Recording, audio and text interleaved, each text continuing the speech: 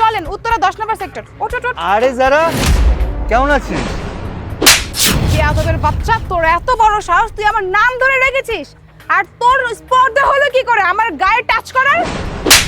এই বেদবের বাচ্চা, তুই কার গায়ে হাত দিয়েছিস? তুই ওনাকে ভালো মতো চিনিস? উনি হচ্ছেন অনেক বড় বিজনেস ওমেন, আর তুই কিনা ওনার গায়ে হাত দিয়েছিস? ম্যাডাম, আপনি শুধু একবার আমাকে অর্ডার দিন, ওকে না এক্ষুনি টানতে টানতে থানায় নিয়ে যাব, তারপরে না বুঝবে ম্যাডামের গায়ে হাত দেওয়ার মজাটা কি। কি ব্যাপার ম্যাডাম, আপনি কিছু বলছেন না কেন? এখনো চুপচাপ দাঁড়িয়ে আছেন? আরে কি আর বলবো, ও তো একজন অশিক্ষিত গেওয়া ভূত। ওর সাথে কথা বলতেও না আমার রুচিতে বাচ্চা, প্লাস লজ্জাও লাগছে। আর ওর কি কোনো যোগ্যতা আছে আমাদের সাথে কথা বলার? যারা, তুই আমার সাথে এভাবে কথা বলছিস কেন? আজকে এতদিন পর তোর সাথে আমার দেখা হলো, যেখানে তুই কিনা আমার সাথে ভালোভাবে কথা বলবি, তা না করে তুই আমার গায়ে হাত তুললি। এই চুপ!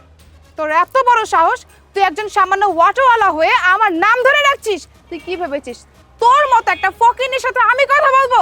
তুই আমার বন্ধু ছিলি, কিন্তু এখন নেই, কারণ একজন সামান্য অটোওয়ালা কখনো আমার বন্ধু হতে পারে না। তুই জানিস আমি কে, আমার পরিচয় কি? আমি একজন সাকসেসফুল বিজনেস ওম্যান। কি বললি তুই? আমি অটোওয়ালা? তোকে অটোওয়ালা বলবো না তো কি বলবো? বড়লোক বলবো? হ্যাঁ, তুই তো অটোওয়ালা বিধায় সামান্য একটা অটোর সামনে তুই দাঁড়িয়ে আছিস, প্যাসেঞ্জারের জন্য ওয়েট করছিস, আর আমরা দুইজন যাত্রী এসে গিয়েছি তোর অটোতে উঠতে। ম্যাডাম, ওকে তো এখন অটোওয়ালা বলা যাবে না, কারণ ওকে তো এখন অটোওয়ালা স্যার বলতে হবে। এই, তোকে কি বলবে? অটোওয়ালা স্যার, আসসালামু আলাইকুম। হ্যাঁ, তুই ঠিক কথাই বলেছিস, ওকে তো অটোওয়ালা স্যার বলে সম্বোধন করতে হবে। তাছাড়া আমরা দুইজন একটা শুভ কাজে যাচ্ছিলাম, কিন্তু তোর এই অশুভ মুখটা দেখে আমার দিনটাই পুরো খারাপ হয়ে গেল। না জানি আমার শুভ কাজটা ঠিকমতো সাকসেস হবে কি হবে না। আরে আমি তো কিছুই বুঝতে পারতেছি না, তুই আমার সাথে এমনভাবে কেন কথা বলছিস? সেই ছোটবেলা থেকে আমরা একই সাথে বড় হয়েছি, আমরা দুজন ফ্রেন্ড, আর ফ্রেন্ডের সাথে কেউ এরকম আচরণ করে? হে ওয়েট ওয়েট ওয়েট, তোর সাথে আমি ছোটবেলায় একসাথে বড় হয়েছিলাম, কিন্তু এখন আর নেই, কারণ তোর স্ট্যাটাসের সাথে আমার স্ট্যাটাস কখনোই যাবে না। আর তুই এখন আমাকে বন্ধু বলেও পরিচয় দিবি না, কারণ পরিচয় দিলে আমাকে অপমান করা হবে, আর আমি যারা কখনো আমার অপমান সহ্য করতে পারি না। তুই ভুলে যাস না তুই কোন ফ্যামিলি থেকে উঠে এসেছিস, তোর বংশ জাত কেমন, ছোট লোক ফকিন্নি, আর আমি হাই লেভেলের হাই সোসাইটির মেয়ে। তোকে দেখে তো আমার এত বেশি ঘৃণা লাগছে, আমার ভাবতে অবাক লাগছে যে আমি ছোটবেলায় তোর মতো একটা ফকিন্নির সাথে ফ্রেন্ডশিপ করেছিলাম। ম্যাডাম, এই অটোওয়ালার সাথে কথা বলে সময় কেন নষ্ট করছেন? ম্যাডাম, চলুন আমরা অন্য কোনো অটো দিয়ে যাই, এই ছোট লোকের অটো দিয়ে যাওয়ার কোনো প্রয়োজন নেই। হ্যাঁ চলুন, তবে যাবো তো, যাওয়ার আগে আমরা কোথায় যাচ্ছি এটা ওকে একটু শুনিয়ে দিয়ে যাই। আজকে আমার হাতের সময় কম, কারণ আমি আমার বিজনেসের একটা কাজের জন্য সূর্য গ্রুপ অফ ইন্ডাস্ট্রিজের একমাত্র মালিকের সাথে দেখা করতে যাচ্ছি, কারণ তার একটা সিগনেচার আমার লাগবে। তা না হলে আজকে তোর এত খারাপ অবস্থা আমি করতাম না, তোর বাপের জীবনও তুই ভুলতে পারতি না, তোকে শিক্ষা দিয়ে যেতাম। চলুন মিসাই।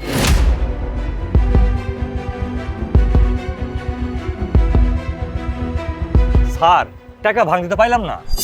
টাকা ভাঙির দরকার নেই, তুমি কাজ করো, দ্রুত আমাকে আমার বাসায় পৌঁছে দিয়ে আসো। আচ্ছা স্যার, উঠেন স্যার।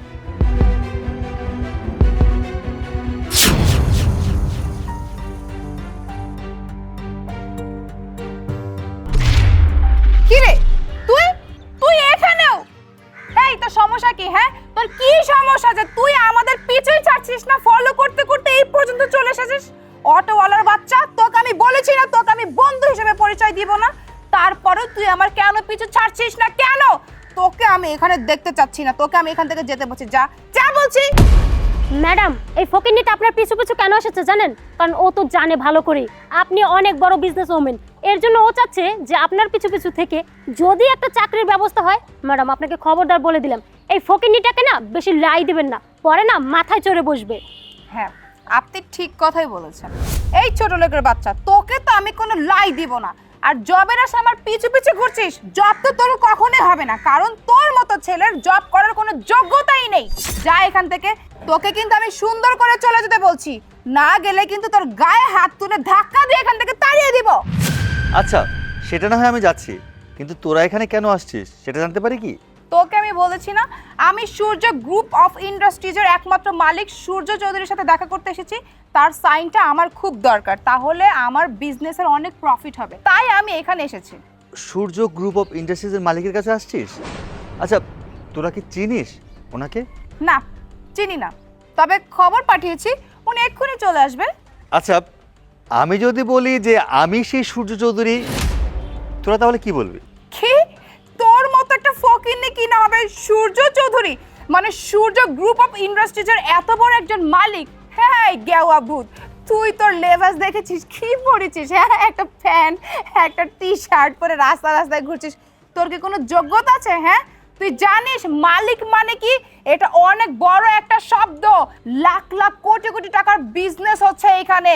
আর আসছে আমি যদি সূর্য চৌধুরী হই তাহলে তোরা কি করবি? তুই ভাবলি কি করে? যে তুই সূর্য চৌধুরী হবে? তোর কি সেই যোগ্যতা আছে? আচ্ছা, তাহলে আমার নামটা কি মনে আছে তোর? তোর নাম আর কি? তোর নাম সূর্য। আমি সূর্য চৌধুরী। আমি তিলে তিলে কষ্ট করে মাথার গাম পায়ে ফেলে আজকে এই সূর্য গ্রুপ অফ ইন্ডাস্ট্রি তৈরি করেছি। তুই কি বললি? ফকিন্নির বাচ্চা, যাকে তুই কথায় কথায় ফকিন্নির বাচ্চা বলিস।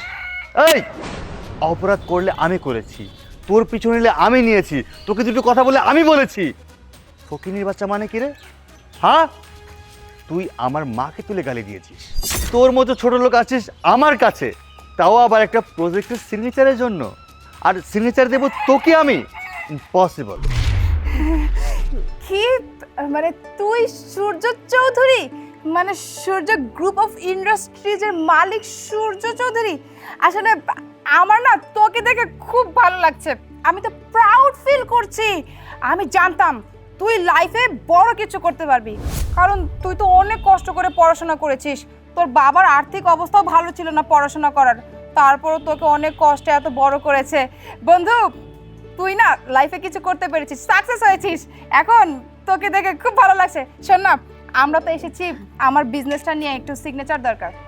আমরা এসেছি আমার একটা প্রজেক্ট নিয়ে, তুই একটা সিগনেচার করে দিলেই 2 কোটি টাকা আমার প্রফিট হয়ে যাবে। তো সেই সুবাদে আমি যেহেতু তোর বন্ধু, সেই সুবাদে তো আমার অগ্রাধিকার আছে, তাই না বল? তুই একটা কাজ কর, ফাইলটা আমি পাঠিয়ে দিয়েছি, একটা সিগনেচার করে দিস। হ্যাঁ, বাহ, কিছু কিছু নারীরা যে মুহূর্তেই রূপ বদলাতে পারে, সেটা তোকে না দেখলে আমি বুঝতে পারতাম না। একটু আগে তোর রূপ ছিল কি, আর এখন রূপ হয়ে গেল কি? যাই হোক, তুই আমার কাছে আসছিস সিগনেচারের জন্য, একটা প্রজেক্টের সিগনেচার। এই প্রজেক্টটাতে সিগনেচার করে দিলে তুই ভালো টাকা একটা ইনকাম করতে পারবি। তুই কি বললি? তুই তোর ফাইল পাঠিয়ে দিয়েছিস, আমি তোর সেই ফাইলে সিগনেচার করে দেব? শোন, আমি তোর কোম্পানি সম্পর্কে খবর নিয়েছি, খোঁজ খবর লাগিয়ে জানতে পারলাম তুই কোম্পানিতে ঠিকমতো বেতনই দিস না। তো ওয়ার্কারদের অনেক বেতন আটকে আছে তোর কাছে। আর তুই কিনা বিভিন্ন ব্যাংক থেকে লোন নিয়েছিস, সেই লোন পরিশোধ করছিস না, বরঞ্চ তাদেরকে নাকের ডগা দিয়ে ঘোরাচ্ছিস, যে তাদের টাকা দিবি বলে দিচ্ছিস না। আজকের এই প্রজেক্টের ফাইলটা সিগনেচার হলেই তুই মোটা অঙ্কের একটা টাকা পাবি, আর সেই টাকা দিয়ে আবারও বাটপারি জিটারি করে আবারও তুই মানুষকে ঠকাবি। আমি চাই না যে তোর মতো ঠকবাজের কাছে আবারও কেউ ঠকে যাক। অনেক করেছিস, কি মুখে তো চটাং চটাং কথা বলেছিলি, এখন কি বুঝলি? 2 নাম্বারই করে না কেউ কখনো উপরে উঠতে পারে না, বরঞ্চ তাকে নিচেই নামতে হয়। সৎভাবে কিছু করার চেষ্টা কর, ভালো কিছু হবে। Good bye. সূর্য